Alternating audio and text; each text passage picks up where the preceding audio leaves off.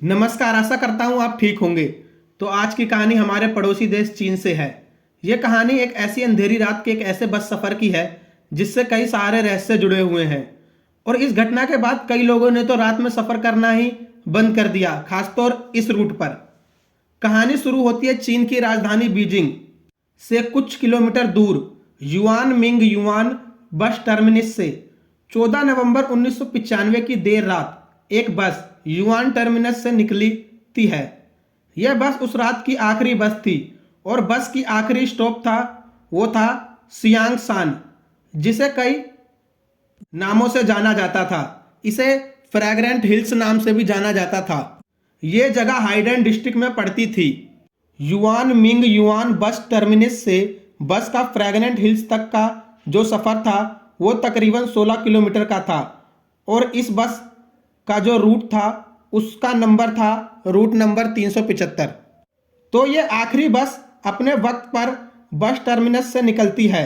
और जब ये बस वहाँ से निकली तो उसमें उस वक्त कुल दो लोग थे, एक तो बस का ड्राइवर और एक लेडी कंडक्टर।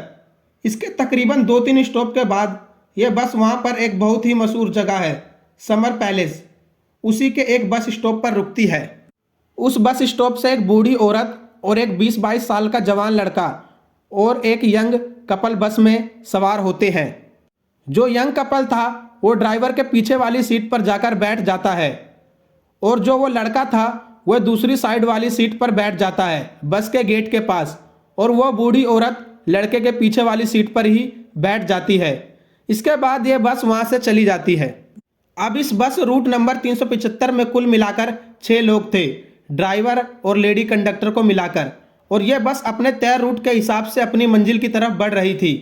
जिन रास्तों से यह बस गुजर रही थी वह शहर का बाहरी इलाका था और उन रास्तों में इस बस का और कोई दूसरी गाड़ी नजर नहीं आ रही थी।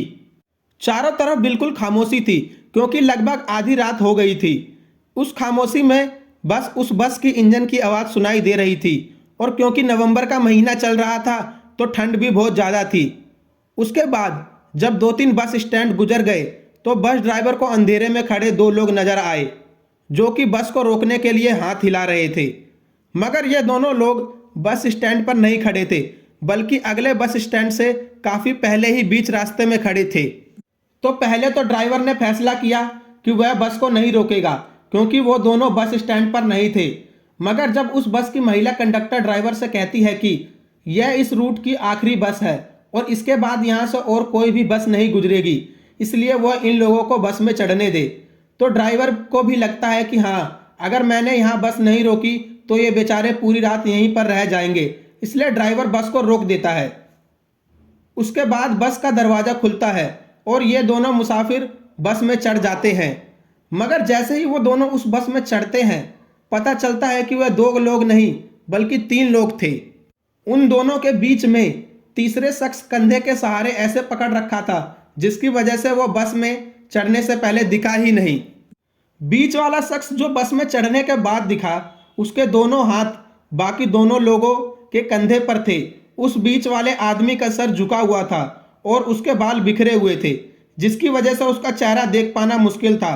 और बाकी के 2 लोग जिन्होंने उसे सहारा दे रखा था उनका चेहरा बिल्कुल सफ़ेद था, मतलब एक नॉर्मल इंसान से भी ज़्यादा सफ़ेद। इन तीनों ने ही चीन के ट्रेडिशनल कपड़े पहन रखे थे जो कि कुआइन राजवंश के दौरान पहने जाते थे। उसके बाद ये तीनों बिना किसी से कुछ बोले बस के पीछे वाली सीट पर जाकर बैठ जाते हैं और ये बस वहाँ से चलती है। मगर इन तीनों को देखकर बस में बाकी बैठे लोग घबरा जाते हैं क्योंकि एक तो रात का समय और पहले 2 लोगों का दिखना और फिर अचानक से 3 लोगों का चढ़ना और ऊपर से उनके अजीब से कपड़े, तो इन सब की वजह से बाकी के मुसाफिरों के अंदर एक बेचैनी सी पैदा हो गई थी और वह सभी लोग घबराकर एक दूसरे को देखने लगे थे। उस बस की जो लेडी कंडक्टर थी उसने बाकी लोगों को शांत करने की कोशिश की और कहा कि हो सकता है कि ये तीनों किसी नाटक कंपनी में काम करते हों और बस पकड़ने की जल्दबाजी में अपने कपड़े उतारना भूल गए हो, इसलिए आप लोग घबराओ मत।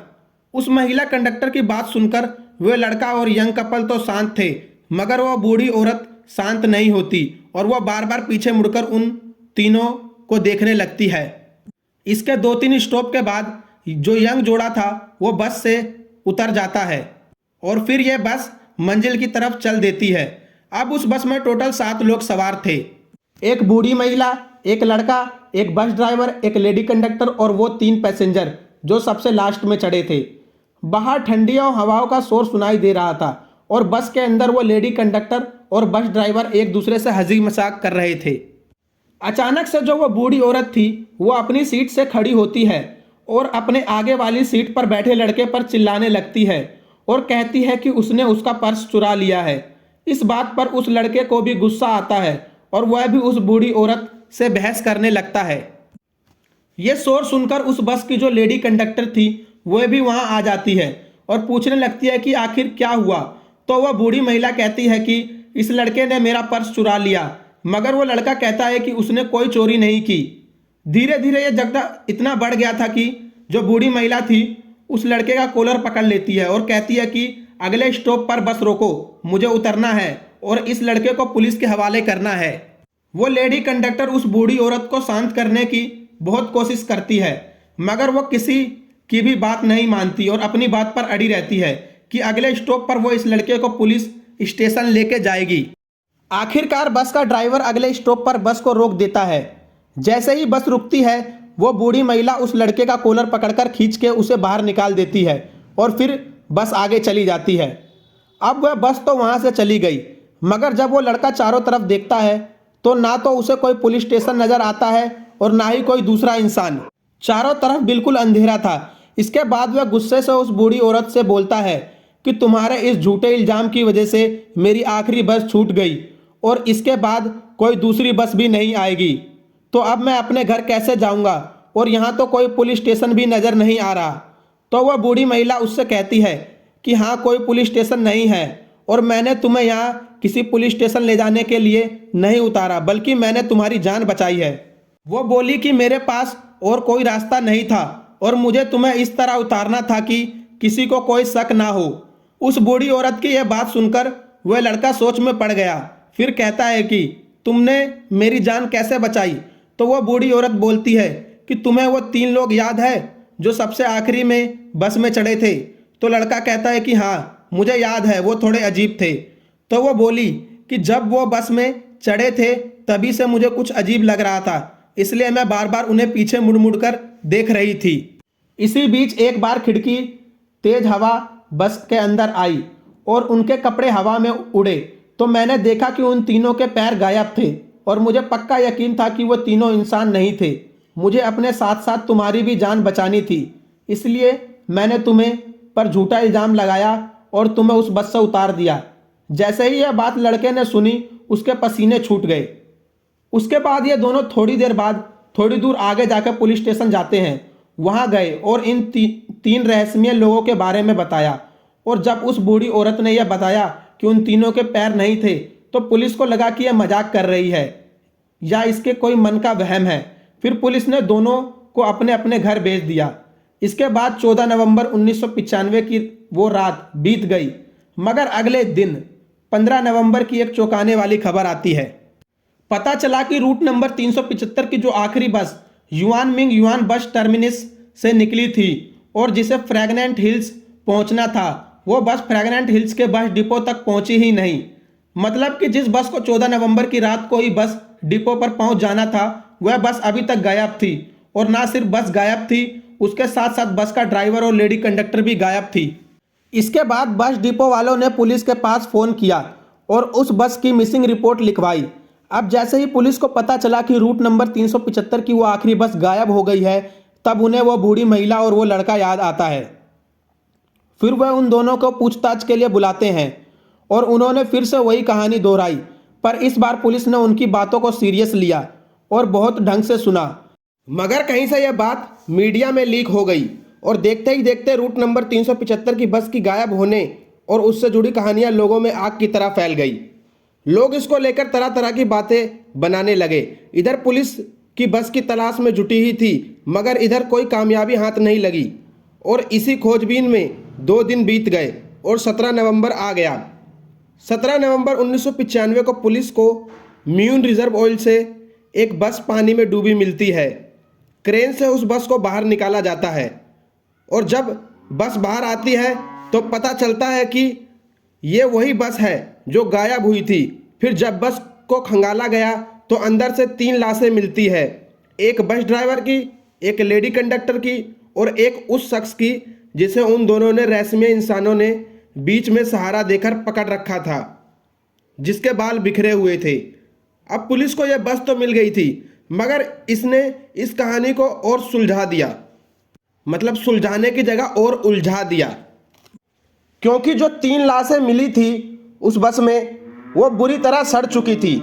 ऐसा लग रहा था कि जैसे इनकी मौत कई दिनों पहले हो चुकी हो, जबकि सिर्फ 2 दिन पहले ही यह बस और ये लोग गायब हुए थे। 2 दिन के अंदर ही इतनी बॉडी सड़ जाए ऐसा पॉसिबल ही नहीं था। गर्मी अगर बहुत ज़्यादा भी हो तो 2 दिन में लाश इतनी नहीं सड़ सकती। खैर, इस वक्त तो नवंबर का महीना चल रहा था और इन दिनों में रात के वक्त वहाँ का तापमान कभी कभी तो माइनस में भी चला जाता था। दूसरा कि जहाँ यह बस पानी में डूबी हुई मिली वो जगह फ्रैग्रेंट हिल से तकरीबन 100 किलोमीटर दूर थी। जब यह बात बस डिपो में बताई गई तो उन्होंने कहा कि यह पॉसिबल ही नहीं है कि 100 किलोमीटर और आगे तक चली जाए, क्योंकि उसमें इतना डीजल ही नहीं है।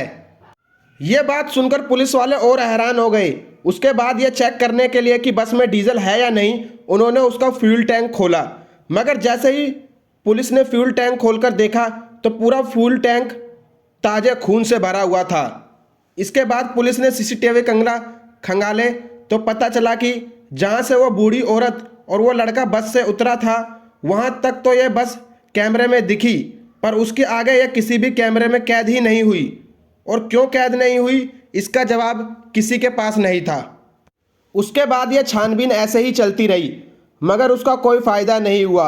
आज 2023 में इस घटना को तकरीबन 28 साल बीत चुके हैं, मगर आज भी इन 4 सवालों का जवाब किसी को नहीं मिला। पहला कि वह 3 रहस्यमय लोग जो बस में सवार हुए थे वो कौन लोग थे। दूसरा कि बिना डीजल के वो बस आखिर 100 किलोमीटर दूर तक कैसे चली गई। तीसरा कि इतनी ठंड होने के बाद वो लाश 2 दिन में इतनी सड़ कैसे गई। और चौथा कि उस बूढ़ी महिला और लड़के के उतरने के बाद बस आगे किसी भी सीसीटीवी कैमरा में कैद क्यों नहीं हुई। कुछ लोग इसे अफवाह भी मानते हैं, मगर चीन के सरकारी मीडिया और अखबार ने इसे ग्लोबल टाइम्स में डाल रखा है, तो इसमें कुछ ना कुछ तो सच्चाई होगी। वहीं दूसरी तरफ बहुत से चीन के लोग इस घटना को सच मानते हैं और इस घटना के बाद लोगों ने रूट नंबर 375 को भूतिया ही घोषित कर दिया था। और आज इतने सालों बाद भी यह कहानी चीन में सुनी और सुनाई जाती है। तो यह चीन के रूट नंबर 375 की भूतिया सफ़र की कहानी आपको कैसी लगी कमेंट में बताइएगा ज़रूर। और इसी तरह से रोचक कहानी सुनने के लिए हमारे इल्यूमिनाटी चैनल को भी सब्सक्राइब करिएगा। धन्यवाद।